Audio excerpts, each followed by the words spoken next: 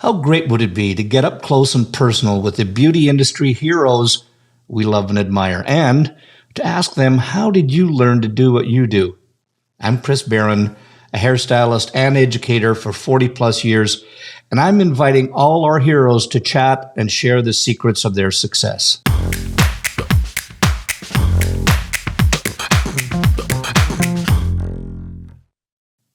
Well, welcome to Headcases, and I have to tell you a little bit about our guest today. First of all, she doesn't beat around the bush when it comes to doing just one thing.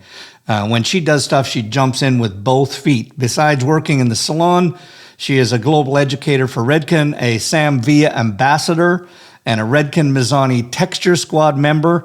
And I'll have to ask her when she does actually get some sleep, what she actually gets time for. Her accolades include NAHA, Big Shot Styling winner, L'Oreal and Color Styling winner for color and style, as well as natural texture. Her color and her textured hair work and her styling, I'll tell you, it inspires on a global level, and she really has the ability to get down and personal, whether it's in salon seminars or all the way up to major main stage presentations of thousands. As a matter of fact, in this interview that we're doing right now, she's heading out to Berlin to do the symposium there. So let's get into this week's head case, Lindsey Olson.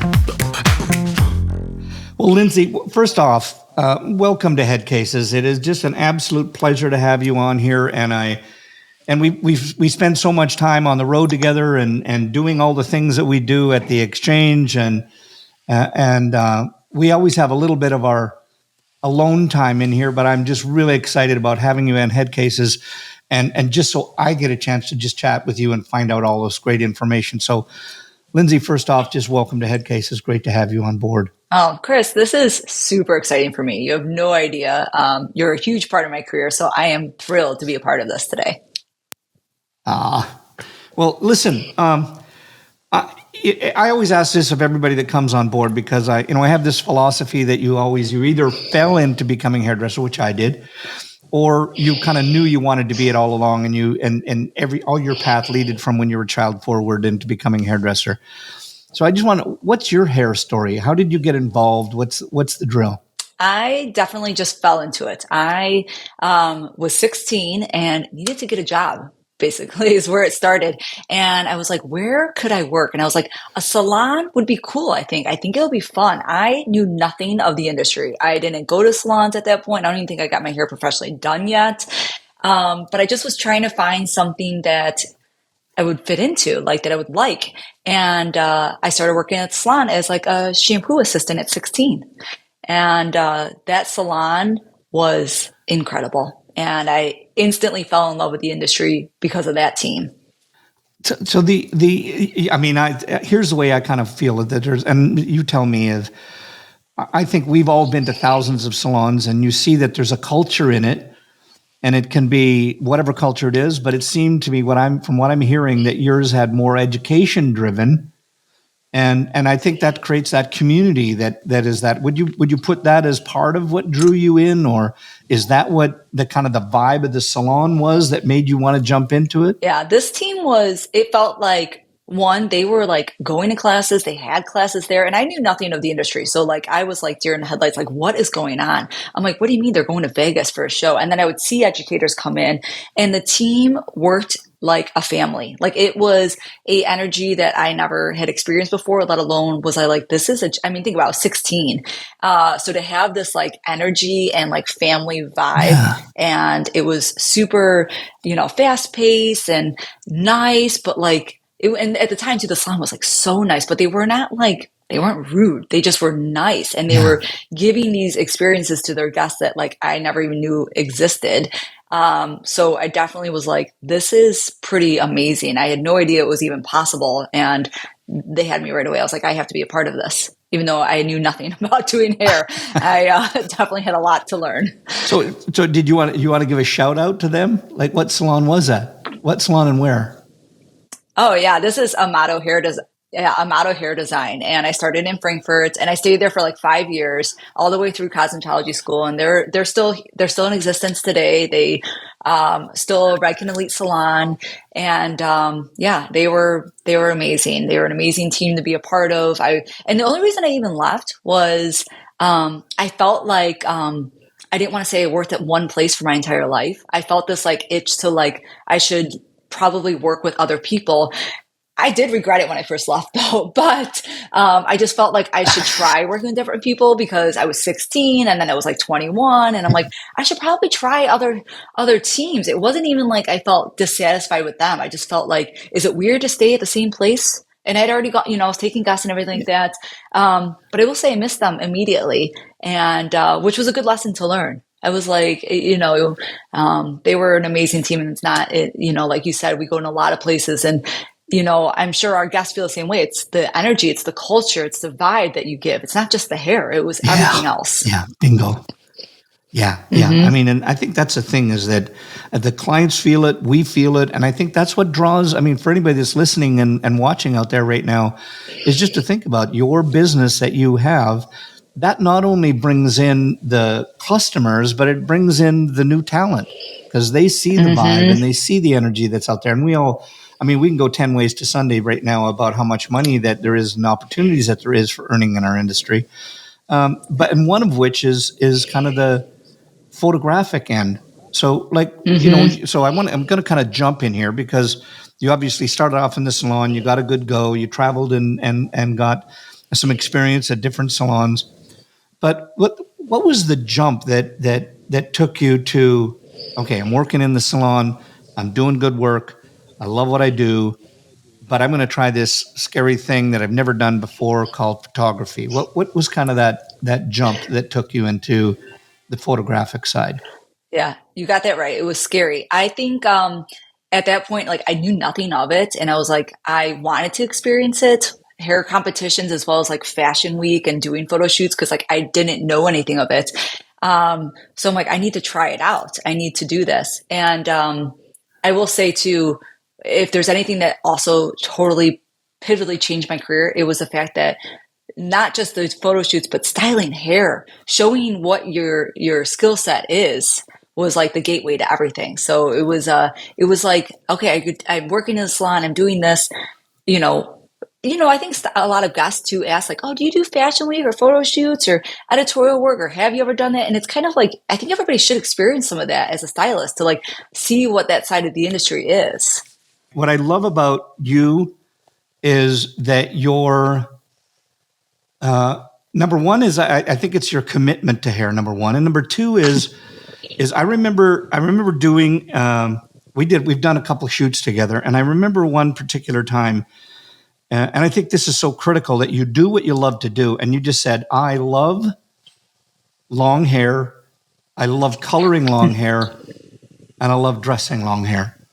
And so I just like just to speak to that, like I know that everybody always has, or I'm a short hair guy, you're the long hair girl, and I think that makes a nice connect. But tell me what about this? What is it about that really pushes you? What is it about that that really makes you excited and get in to do a photo shoot with a longer head of hair? And how do you keep varying it so that it's different every time? I think one of the things that I love about it is aesthetically, it's something that I enjoy is working on longer lengths. And the other thing about it is I see so many people that do short hair because they think it fits the box of what they're supposed to be doing. And I might have gotten different results if I went with short hair, but wanted to push the boundaries of something that seems so classic or timeless, but put a different spin on it or a different edge on it to show that you can have long hair and still make it artistic. It doesn't have to be, short hair is not the only thing that speaks like edge or artistry. And I think that's why I stayed with a lot of the shoots that we've done with working on long hair instead of going towards a pixie or a bob. And when and I'm not trying to put you together with this other person, but one thing that I really see in similarities between you and Sean Goddard, and number one is you're both on the road, You're both killing it on the road, and everybody wants you in their salons on the road.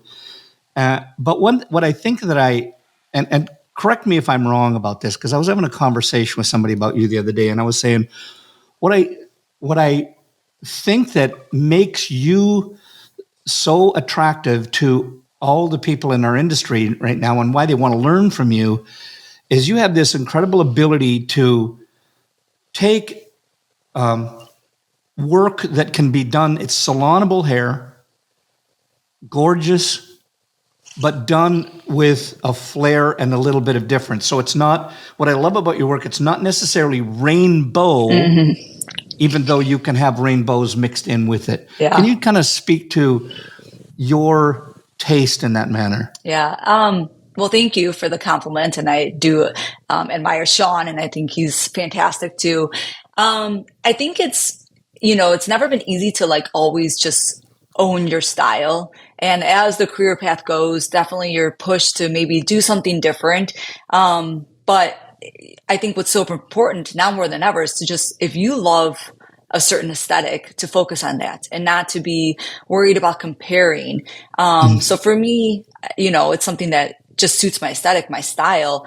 I love, one of the best compliments I can get is to be salonable. And I think there's some artists out there that think takes away from their artistry. But my whole goal is I love sharing, and I'm here to help salon professionals. So like, to me, it's the best compliment that I feel like they can relate to some things that I'm doing, that it's not too far away from them, but maybe it's got a little spin, a little bit of different artistry on it, but that they can relate to it and feel like it's within their world. Like I don't want to get too far away from that, because I'm here to help them, and I really, think that's important. Yeah, and at the end of the day, it's really about how we help people in the industry. We have this saying that and whether it's used a lot or not, earn a better living, live a better life, live your best life.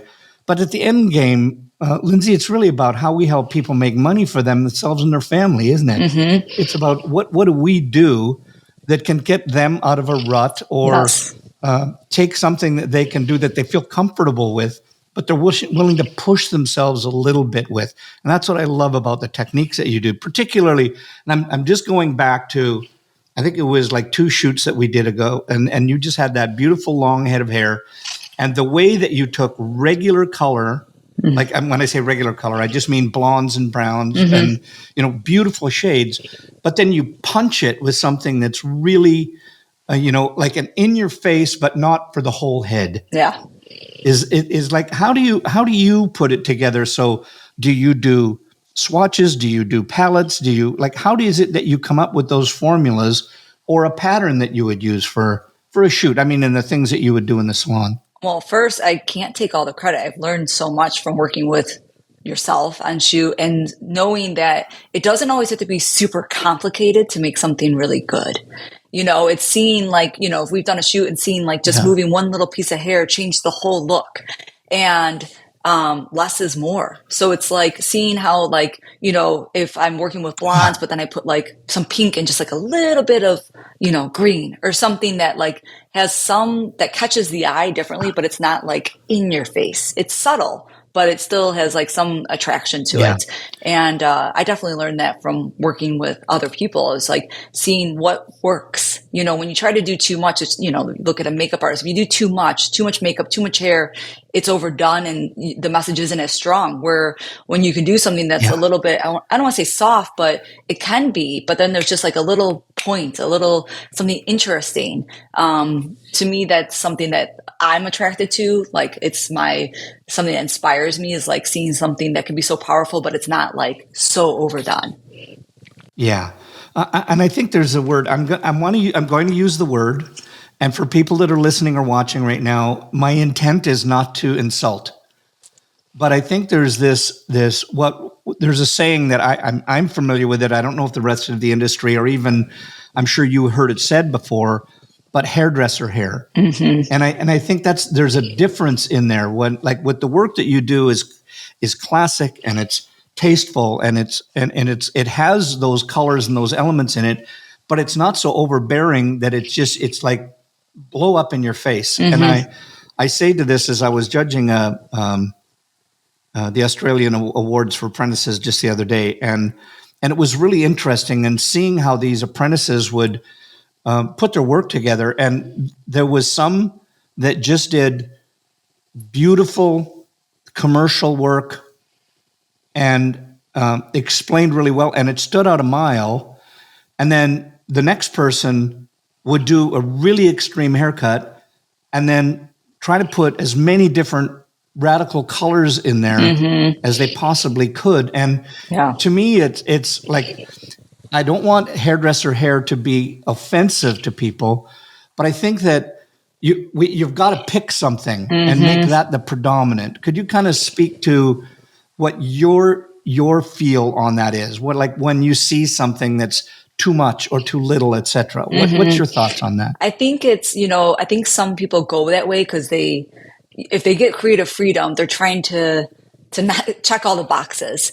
And it really comes just from experience. Right. I wouldn't have seen this if I didn't try so many things, try and fail, number one, two, make mistakes. And when you're, putting together extensions or wigs or shoots with models and you actually see what works together. I mean, even down to like, you might have this beautiful long hair and all of a sudden the shoulders of the dress are too much. And it's like learning through experience of like, wow, if I really take it down a notch, but I have like one strong, interesting point, that's all it needs. It doesn't need, it speaks much louder and attracts the eye much more than like this, and this. So definitely from experience and just seeing what actually works together. To your point, you have to pick something that's like the focal point. Otherwise people, attention, they don't know what to focus on.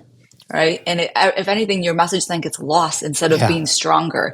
But I think people feel like they have to be so big and grand to make their work like stand out. And I hope more and more like practice a little bit of like simplicity, but interesting, because to me, those looks can be a little bit more timeless. Yeah. And so and I heard you say that you'll work with wigs as well. Yes. Yes. So if you're doing a shoot, do you work with wigs? Do you try to add pieces in? What is it? Both. I mean, anything from making a wig, myself, adding pieces to the hair. I do love working with natural hair and adding to as much as possible to create a look. I love the artistry that comes with knowing that there's real hair with it. And even if you feel like it doesn't totally take over, but like I love incorporating the real hair because it just has this more like realness to it. Like really, like it's not too overdone. So anytime that you can incorporate natural hair and just build off of it, I think is a really cool and strong skill set. Not always possible because it depends on how much time you have and how many looks you're trying to do. But it is a really nice skill set to do that. I want to jump in because I want to talk to the diversity that you do into hair, because you're also part of the Texture Squad, and because I think that for so many years everybody was doing, every time you saw a shoot, it was always on long straight hair or straight hair that was cut into something short, and we have a whole sort of missed opportunity that we have with texture. And so what would you say to people that, because we have this thing where people in our industry, or some people say, look, when it comes to really coily hair, I'm terrified of it.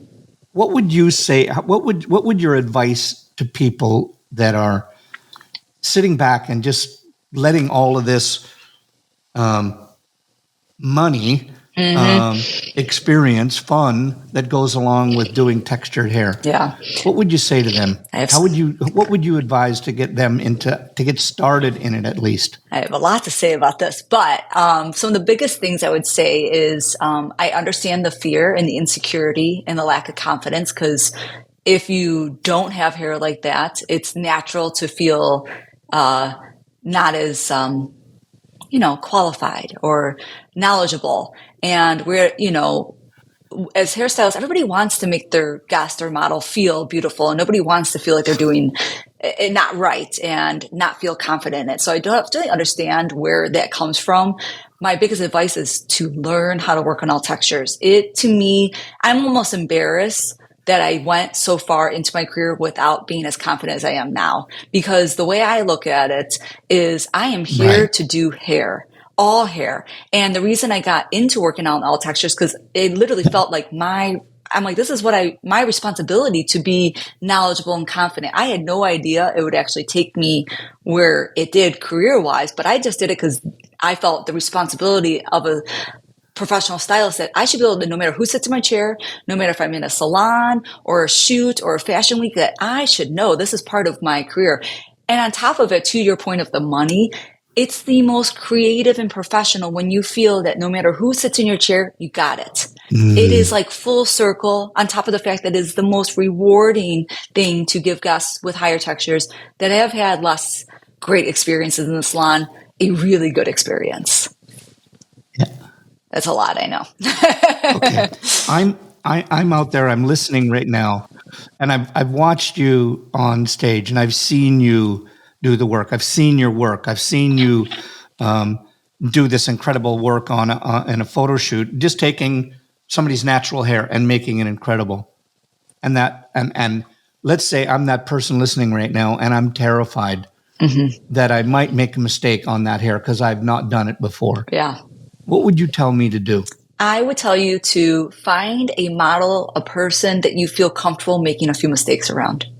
Find somebody that has the higher texture, but that you feel comfortable to be like, let me practice.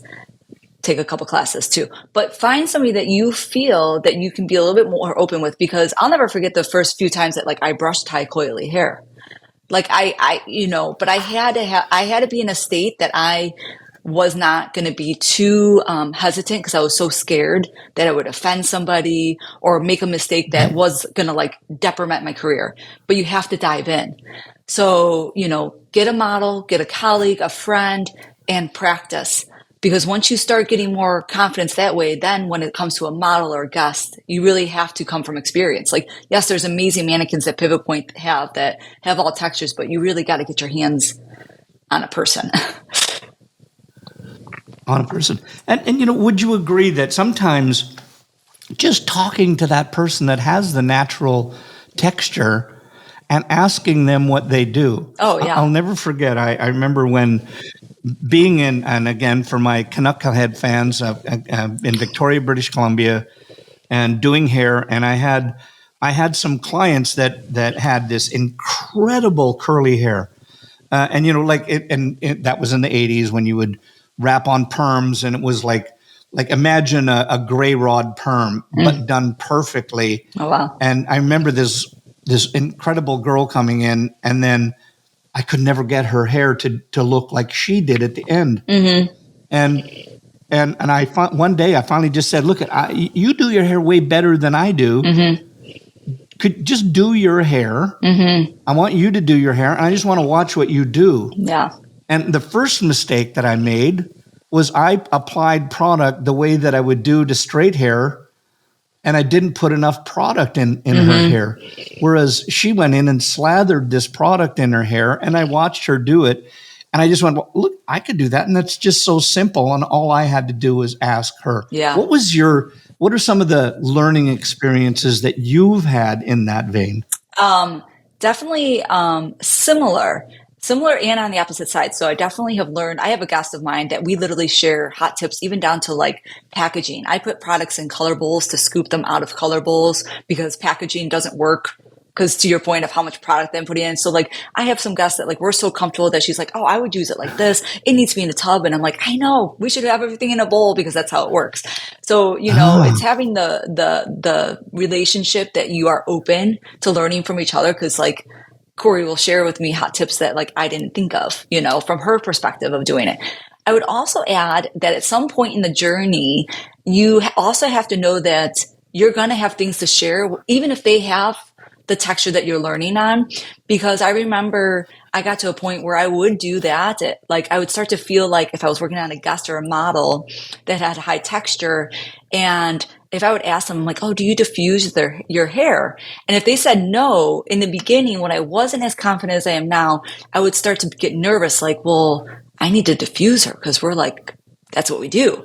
And I would start to think I was going to do something. What the hell am I going to do with it now, right? Yeah, I'm like, I have to diffuse it. And I tell this at every class. I said, at some point, you need to approach everybody the same and know that you have something to teach them. So we need to approach it as a sharing point and know that now I get to the point where I'm like, I'm going to take you through the steps just like I would if, Betty with 5 hairs on her head, I'm teaching her how to get volume. I'm going to take you through all the steps. Some of it you might know. It's not to dumb it down, but I'm just going to do what I do to everybody because this is the way I work. And every time I've done that and gotten out of the fact of thinking that the guest or the model knows more than you enlighten them. And I've had so many guests and models say, thank you for taking the time for teaching me, because that doesn't always happen, especially when you're talking wavy, curly, coily hair.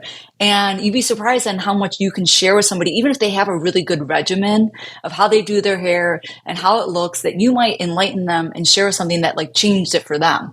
So there's a little bit of like learning from them and also making sure that you're sharing your gems too, instead of just assuming that they know. Yeah, it's true. I mean, just like when we're teaching people, I mean, sometimes you can go, this is a comb, and they'll go, ooh. But the reality is some people don't know how to use certain implements. So, that I'll never forget watching, and I pride myself that I try to learn as much as I can, and the things that I don't know, I try to learn from. Mm-hmm. But I'll never forget watching, and I think I can't remember whether it was Guido or I remember a session artist that I watched them wrap a head of hair, like doing a, like a wrapping some naturally curly hair, wrapping it around the head, which we've all done. Mm-hmm. We wrap it around to make it straight. But then I remembered that what they did is they just took mousse and they slathered it on the head. Mm-hmm. And then they took neck strips, that you use for men's barbering. Yeah. And they just wrapped that all the way around the head and then dried the hair. Mm-hmm. And I went, that was brilliant. Yeah. And then I think when you can take that kind of thing and pass just little tips like that on to your clients, I think that really makes the world a difference as well. Yes, absolutely agree. Just share, learn, try, and then share. When you weren't as confident as you are now, because you have all this experience, we know that's what creates it. But what were some rough spots that you went through? Was there anything that you were doing a head of hair and you went, crap, this isn't working or whatever, and then the way you had to work your way through it or whatever? All the time, still all the time. There's always what I went through before. I can't get to where I'm at now, and trust me, I still have so much to learn when it comes to like every head of hair is different, even curls. There's so much learning. And every time you work with somebody, like you might try something that you really know and it just doesn't work the same, I think the biggest thing is like hold yourself responsible, but not be so hard on yourself. And just to your point is like, be open to see where's the learning. I mean, even a couple of weeks ago, we were doing a show and, one of my, I would say weaker points is like, I could be so much better at like building, like putting wire and building up shapes for like more stage work. And I was watching Jamal and I'm like, God, I definitely overcomplicate it, but he's got it so well. And I'm like, I just overcomplicate it. And I could just be a little bit simpler on that of like what the structure is. I thought I was going to have my model's hair up here and her head was so sensitive. The ponytails hurt so bad. We ended up having to put everything in the back of the head. And I had to make a call. I'm not going to, maybe somebody else would be like, no, it's part of the job. But like, it was uncomfortable for the model to wear the hair up on the top of the head. I made a call and moved the whole look to the back of the head. Wasn't exactly what I planned on, but to me, It was the decision to be made. Like it's, I don't want anybody to be in pain that I'm working with. So the whole look had a shift. I had planned it. I practiced on mannequins, blocks, all of the things, but everybody's different. So like what worked for in practice didn't work on her. So you have to be able to move with it and, be prepared because things are going to shift and they're not going to turn out. I mean, I look back at, you don't always love every shoot you've done. You're like, maybe I would have done this better, but I can't get there until I go through it and make the mistakes, which of course they're not always fun to go through, but they definitely bring you to the better side. Yeah. I want to just bring back, and you just sparked something in my brain, and I can remember, I remember doing, and I can't remember the name of the salon. It was a high-profile salon down in Chicago, and this had to be at least, I'm guessing, at least 20, 25 years ago, or 20 at least. I know you were 7 at the time.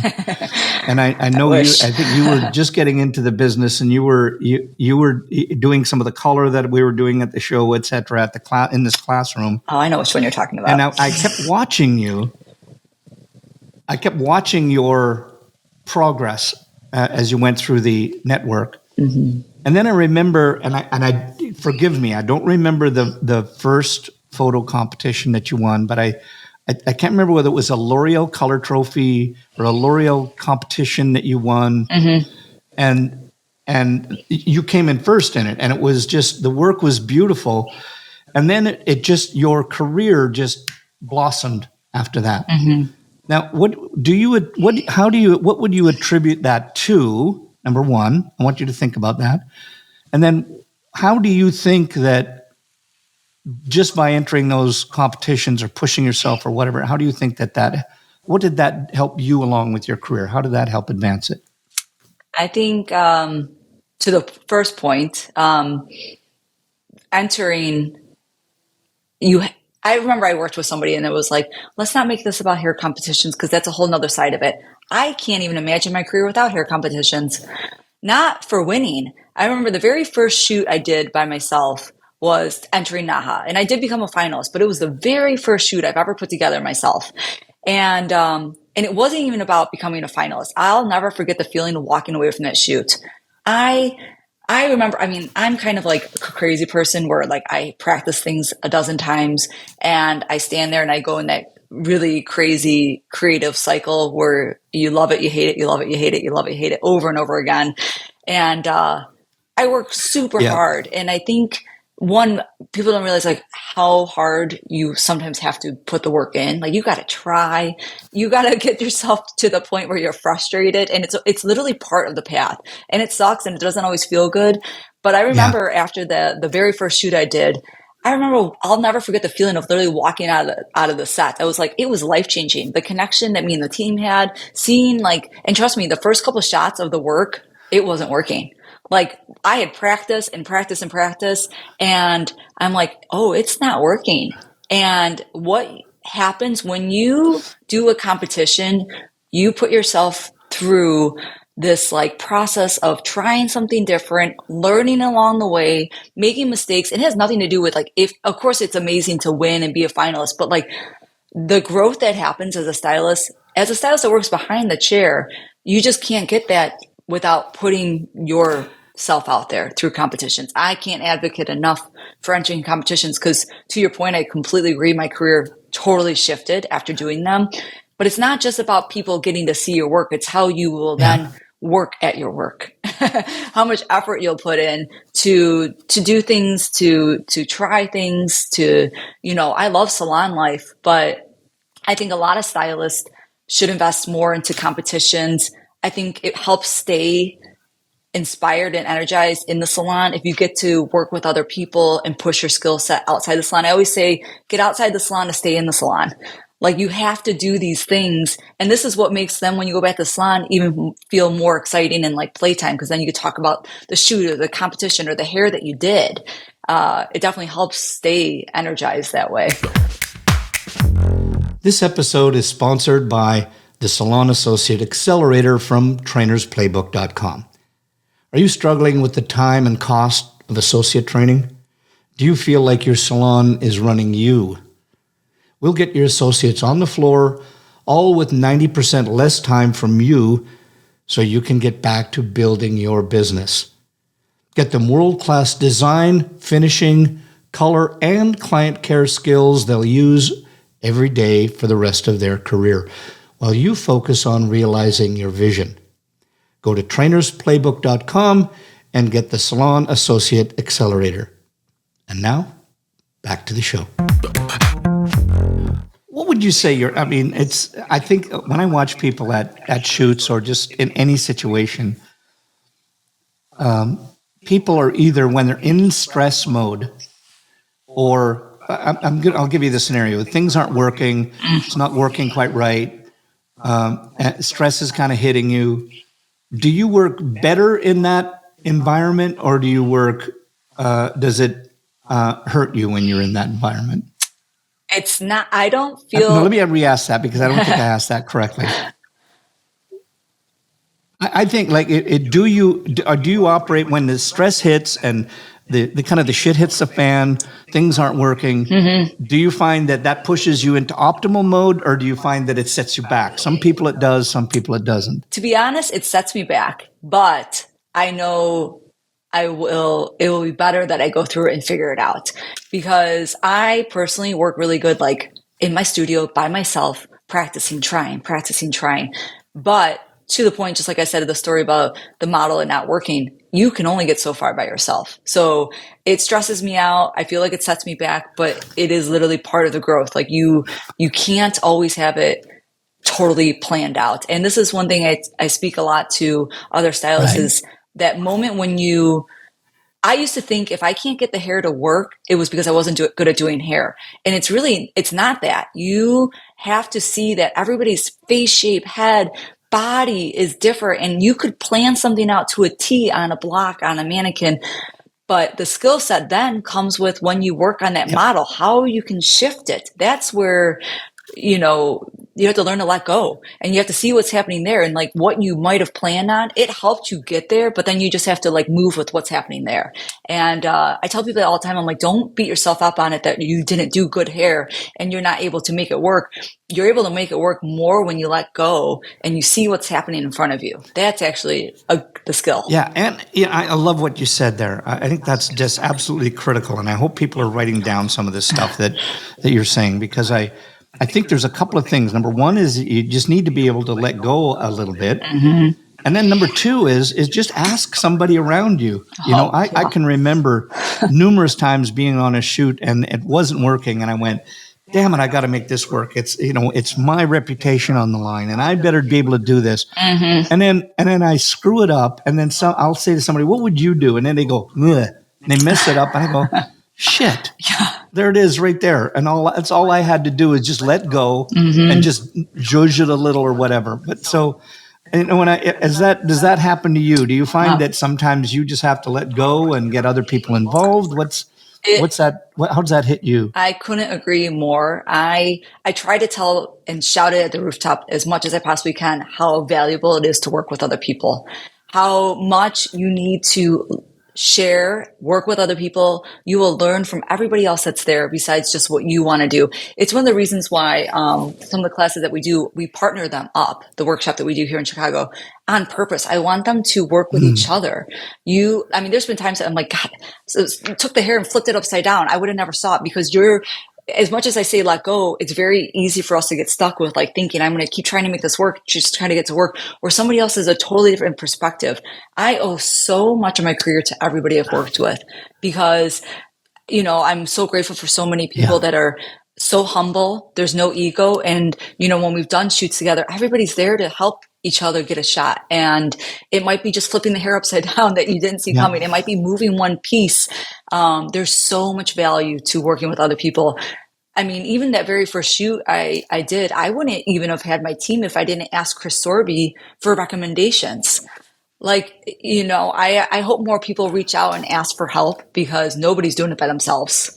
You know, I want to, you know, you made me think back I'm just going to say, I'll say centuries, but just a couple of years back.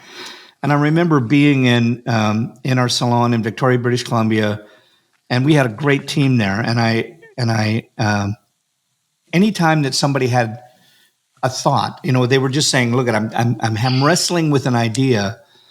And we used this term. Nobody would come up and say, could you give me a hand with this? We would say, could you give me a creative bounce on this? Nice. And we would just say, here's what I'm thinking about. Mm-hmm. And then, but it was interesting when you get that mode that you were just talking about, where it's a team working together for the common good and to create the best product that you can, rather than just my ego taking over. Mm-hmm. It's that if you're willing to listen to somebody else and then even just shift on the fly, no matter what you planned, what you did in the past, because you said it so well. You said that depending on that head of hair that you're working on, it doesn't matter whether you worked on a mannequin, how much work you did it before, but you got to be willing to go with the flow on that particular head of hair. Mm-hmm. And that's what you made me think about, is that creative bounce It's a, and how if you just ask somebody else, and would make so much difference. yeah, it's everything. Teamwork, collaboration is literally the secret sauce. It's the magic. It is by far what has significantly changed my life. And I'm very grateful for everybody that's been helpful, humble, willing to, God, we've been on set that we were supposed to be done, how many hours before, and everybody's there. I'm grateful for the planning that goes before it. I'm also grateful for the salon. Like, I mean, I work at a salon. I personally don't thrive by working always. Like, I need to see people there, creative bounce, learn from them on a daily basis. Yeah, I think and would you agree? I think we're noticing that a little bit more in our industry lately as well, is that there's people that are working in the salon. People love being in the salon, being it all the time. Mm-hmm. And I think there's people that really need to have a little bit more. Like I don't want to have to do the screaming memes on somebody's head of hair, but I want to have a creative outlet that I can do more than what I might do on a regular basis for all my wonderful clients that I have in the salon. I want to be able to push myself. How did you start doing that? How did you start getting just from salon to I want to do these other things where I can experiment? What was the path you took on that? It was learning that, like, I needed to do photo shoots, test shoots, and competitions. It was finding, and it took a while. I mean, I will work with everybody. When it comes to like what I do the most, it was finding like the right people, like finding a couple of people that you could every 3 months shoot with. So that way everybody comes together, and the people I'm grateful for that I work with a lot, everybody has their own company. And I mean, the stylist I work with all the time, she works for Nike, and but we still do test shoots because it's a time to push ourselves, to grow, and to bounce off of each other. And like I said, this is what has significantly helped me stay inspired. Then I get to go back to the salon. It's, maybe testing a different way to like do waves or how to make the hair fuller on set, that then helps take me back to the salon, that I then can push my skill set a little bit there. You need both, I think. I was saying you use that term test shoot. So if for some people that are listening and might not know what a test shoot is, what's the difference between a regular shoot and a test shoot? A test shoot typically means that the team is coming together, everybody's doing it, no one's getting paid.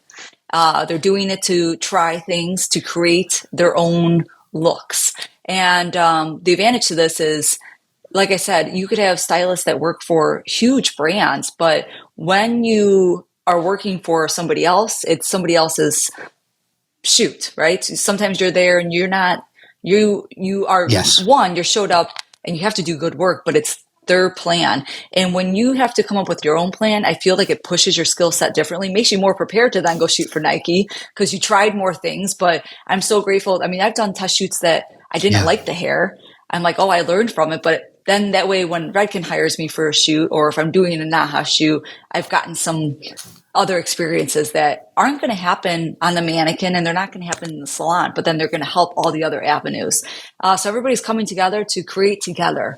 You come up with a plan together, and it's really, I think, helpful to salon professionals to do this. Because you will learn, I mean, God, I learned from the makeup artist, the wardrobe stylist. It's not just about the other hairstylist that has a perspective, because everybody else is coming with their own experience of what they think looks good, or as we're working, if we need to shift something.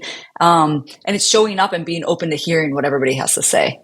I want to just do a little, because you take all of that information that you got there, and at the same time that you were doing all of that, you were shooting, you're doing all that, you're experimenting, you're getting better in your craft. But then you started on, and you've been in the education game for a while now. Mm-hmm. How, like, would you, I want to just take it, because when I started off, and I'm just going to say it's quite a while back when I started in the education game, but back then it was just, hey, you want to get on stage and do something? And we'd go, yeah, sure, okay, go, whatever. Mm-hmm. And it's not the kind of the game that you have to play. And I'm sure it's different even from when you started. And I'm not going to use, I've learned never to use years, but it's been a minute since you've been in it, and you're really good at your education game.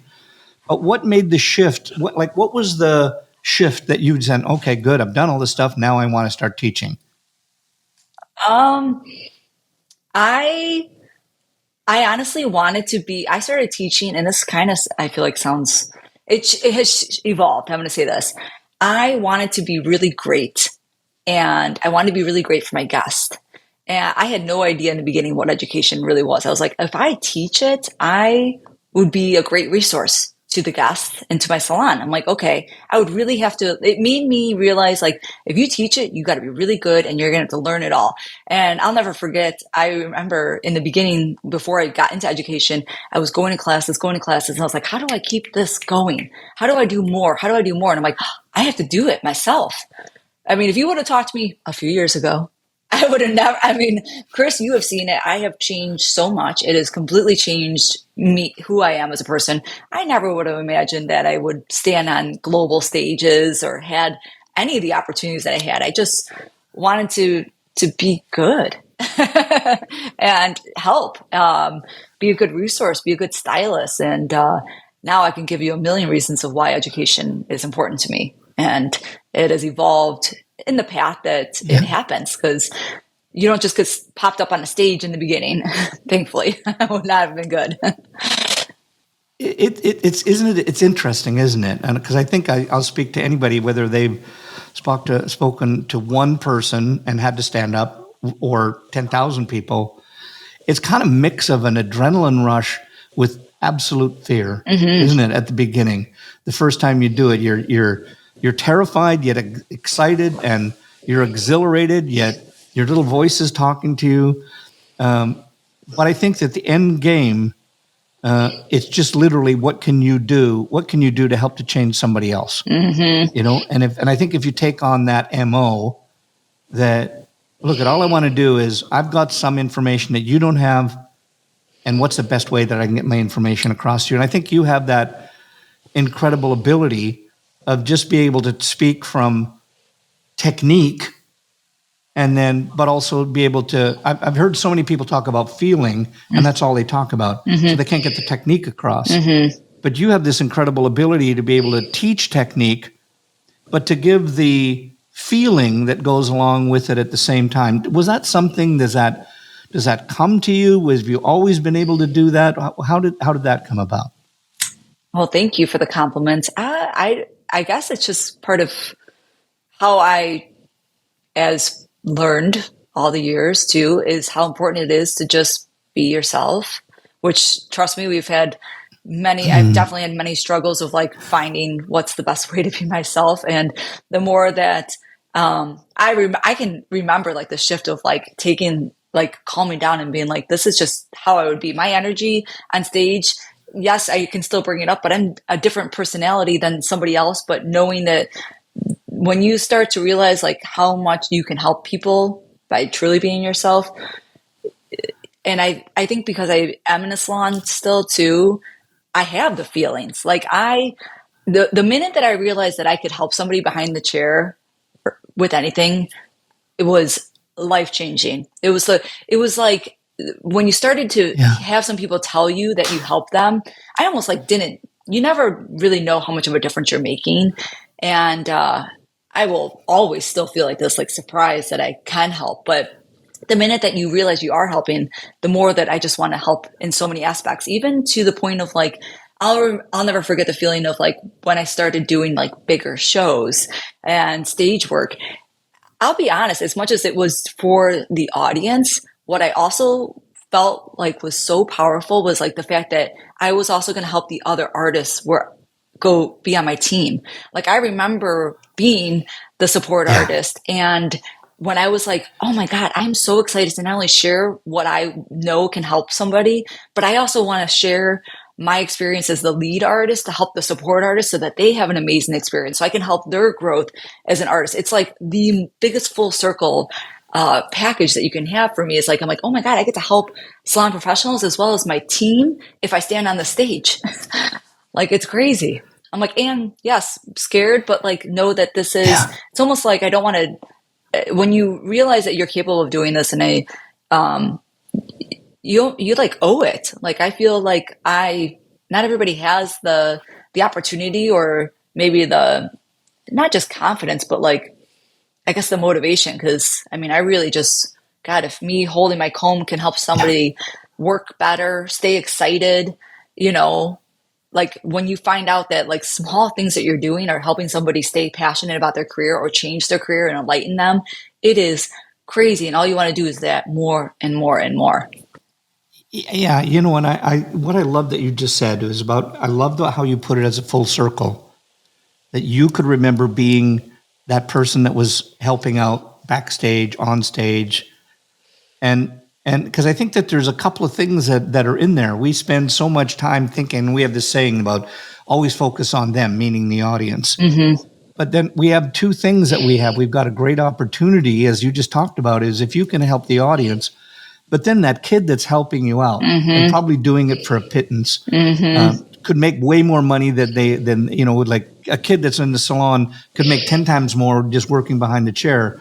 But they want to learn something different and something better, and they know that if I work with Lindsey backstage, I'm gonna see all the things that she does that is going to make me better, and it's something that she might not be able to share with people on stage, but I'm going to get a chance to see it. Mm-hmm. And then not only that, but if you give them the secret, Mm-hmm. like, okay, good, gather around because I want you to see what I'm doing here, rather than just trying to figure it out. Yeah. And I Yep. think that's what I love about the network that we're in, that you and Oh I yeah. are in, is I see it all the time. Mm-hmm. Everybody backstage, it doesn't matter whose name is attached, but it's always what is the best product that we can possibly get, not only for the work that we're doing, but for the good of all the people in the room. Mm-hmm. And to me, I just don't, I think that, I don't know who brought that to us, but I think that if we could just have more of that in our life in general. I totally agree. Yeah. It's pretty powerful. Yeah. So, Lindsey, I want to talk about Lindsey, the human being, right now. What pushes you? What makes Lindsey want to go out and do all of these things, that experiment and have a risk of failure and push herself further? What really pushes you? Why do you do what you do? Oh, that's a big question. It's a great question. I think once you realize the feeling of like what you think is impossible, the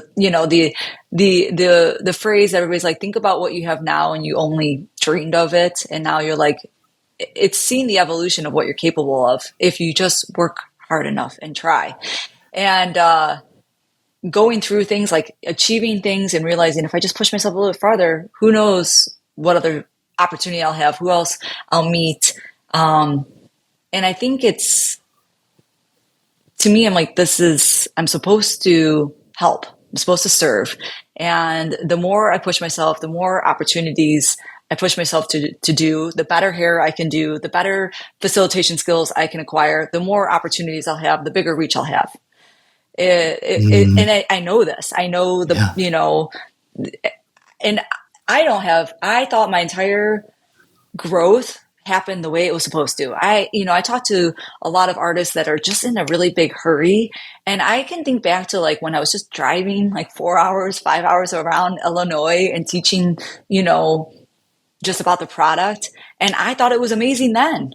And I would also tell more people like that to embrace the Yeah. journey, because I never thought like, I only wanted to get better and better, but I never thought there was anything wrong with where I was at. So I was like, I have to do this to get to the next place.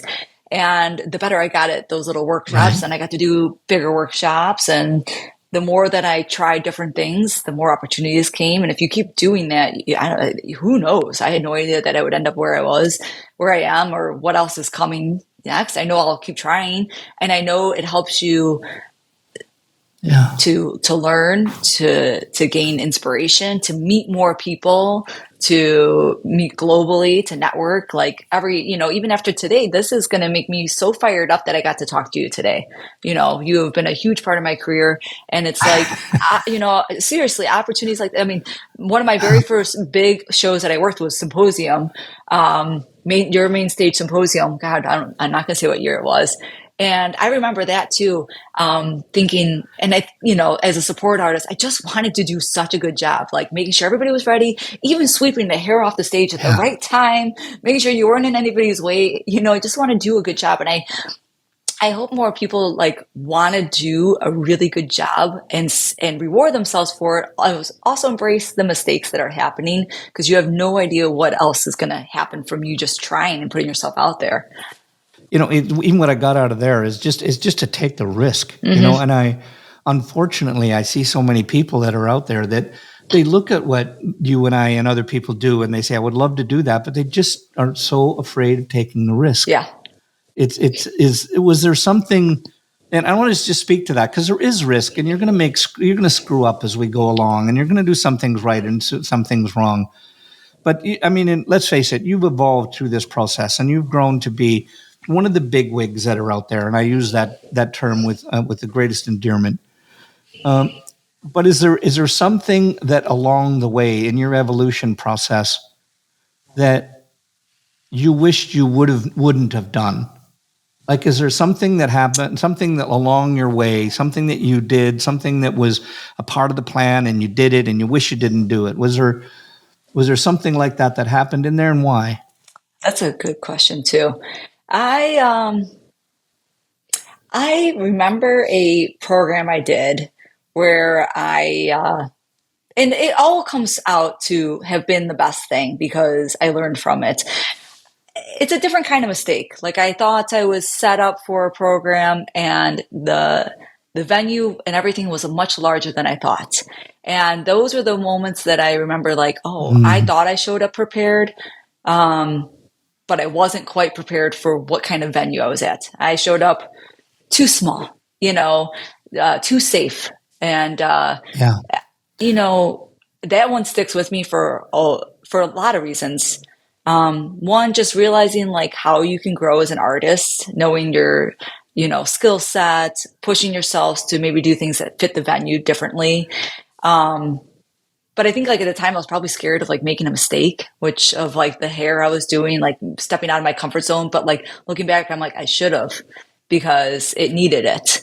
So I definitely have done hair shoots that I do pride myself in like being over prepared and always showing up. But it's, maybe I should have asked more questions or advised more of like what actually was going to happen. So I showed up totally prepared. So I think like, knowing like, don't be scared to make the mistake, take the risk. Cause, that one definitely was a good one to like learn of like, I could have probably asked more questions. So I showed up to the level of preparation that I needed to be bigger. Yeah. We share a lot in common in that regard too. Cause I know that, sometimes I always walk away with those, and I always have that feeling that I want to just, go to my bed and just lay down and kind of forget about the whole thing. But that's sometimes what the universe gave us that we needed to get through and have that learning experience, right? Oh, I'll never forget the feeling. Lindsey, I want to throw in this. I was going to say, I'll never forget the feeling. Sorry, I'm jumping on That's you. okay. There was another artist there, and I'll never forget the feeling of like my prep work versus another brand. It was a multi-brand show, and then being like, well, where's all your wigs and extensions? I was like, I don't have any. I was just going to do some hair. Like, it was a good experience to go through. I was like, I was going to do the ponytails. That's so you learn for sure. Know the audience in the venue. You learn always along the way. Oh yeah. Yeah. Okay, it's time. We're going to jump into our rapid fire. I'm going to throw a bunch of questions at you. Just the first thing that comes to your brain. What turns you on in the creative process? Ooh, trying new things, having the time for them by myself for sure. So trying something that I didn't think that was going to work, that's going to work for sure. And then obviously because it works. Love it. Yeah. And what stifles the creativity for you? I think if I am too busy, and I mean this in all positivity, but just knowing that when I am too busy, I'll never forget one of my mentors saying, don't be too busy just being busy. Take the time to be creative. And if I'm like going from one program to the next and I don't have the time to do the test shoot, to make the mistakes, I don't find that I'm being creative. I have to have the time to play and to do things differently. And I could be booked.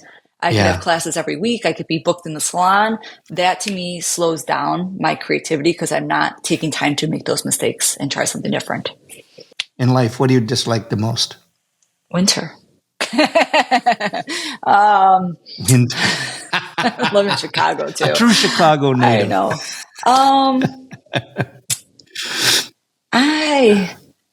I think, that's a big question. What do I dislike the most? I think I feel bad for people that hold themselves back, that miss out because they're just too timid or don't believe in themselves. Like, I mean, there's that massive quote of like the one that's doing all the things just because they believe in themselves. And when I see people just not try, I don't like that. I feel like just go for it. Yeah. And in life, what do you love the most? I love spending time with people I love. I love being in the moment, trying different things, whether it's a walk or traveling. I love connection. Yeah, love it. Most difficult time in your life? The pandemic, which the pandemic was pretty tough. Oh, yeah. I think my entire, and I know everybody had their own their own struggles. I had some other personal things. Everything happened in like 1 week that I didn't like. It was tough. But there were so many good things that came out of it. Like so many. I had, we were all so busy before it, and just realizing, like, to your point of like what doesn't work is like me just being too busy, and realizing how like I need to go for the walk and I need to have time to decompress instead of just being like a machine and just going from one thing to the next. So, but the pandemic, I think, was definitely the hardest time for sure. Love it. Love it. A thing that you dislike most about our industry? The memes of hairstylist life. Like, I'm living on coffee and I, don't stop. And, I think we are here to help others feel great. And there should be this elevation of what kind of person you are. And I don't like that. And trust me, I get it. I have worked a million days where it felt like that, where it was so busy and you didn't even sit down once. I don't like that part of the industry. I think it's not funny to say I didn't eat all day because I was too busy. And I think we could do better and like go the other route of like, we're the ones making everybody feel good. So like we should be, it's like the doctor smoking. I don't know. It doesn't make any sense. And what do you like most about our industry?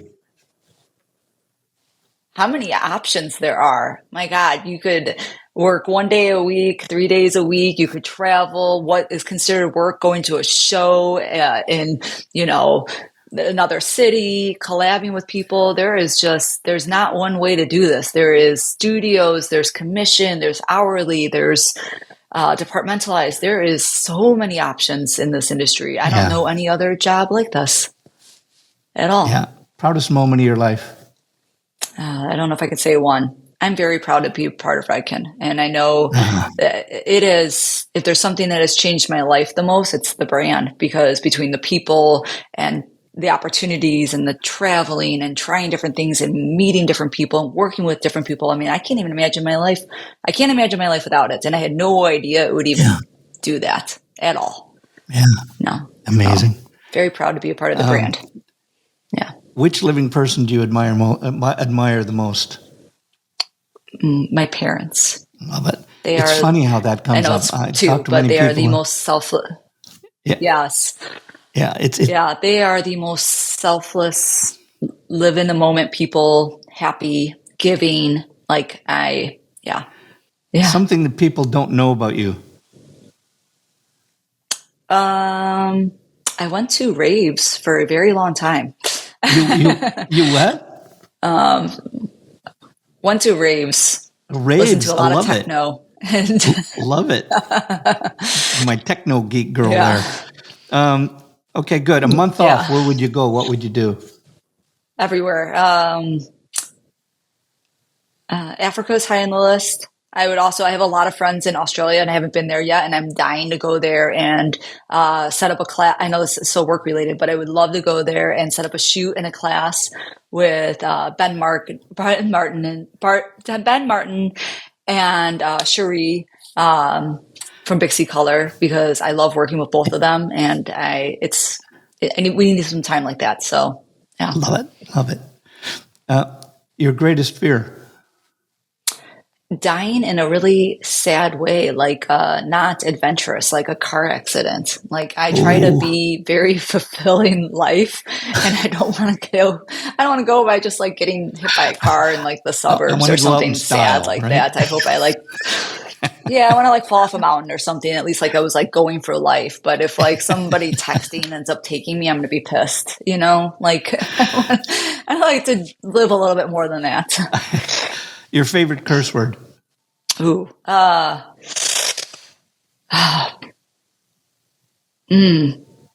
probably fuck because it is very universal. It can be very positive as well. Yeah. So I'm gonna go with fuck. Fits in all grammatically environments.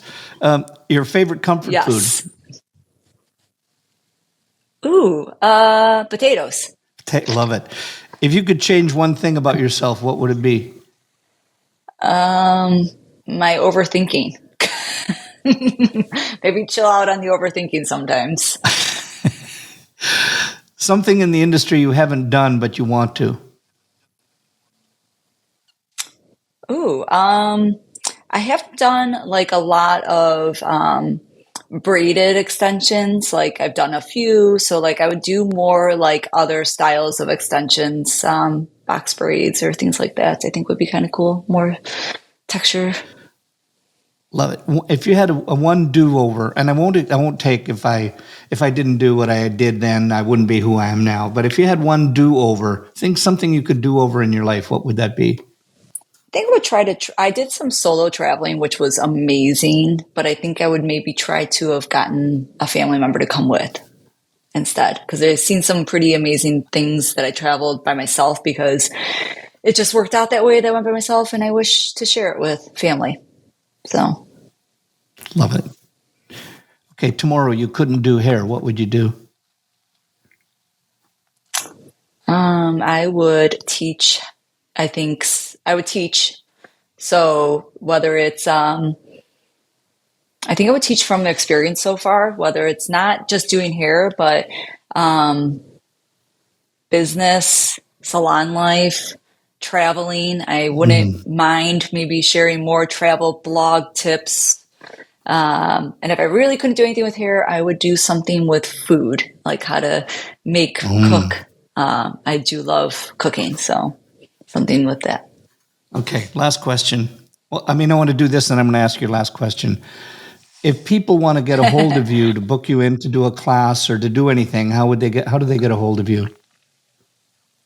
I have a website that I have everything on there from how to book me through Level Loyalty for Redken, as well as they can just reach out to me so that we can set up the class independently if it doesn't work for Level Loyalty for Redken.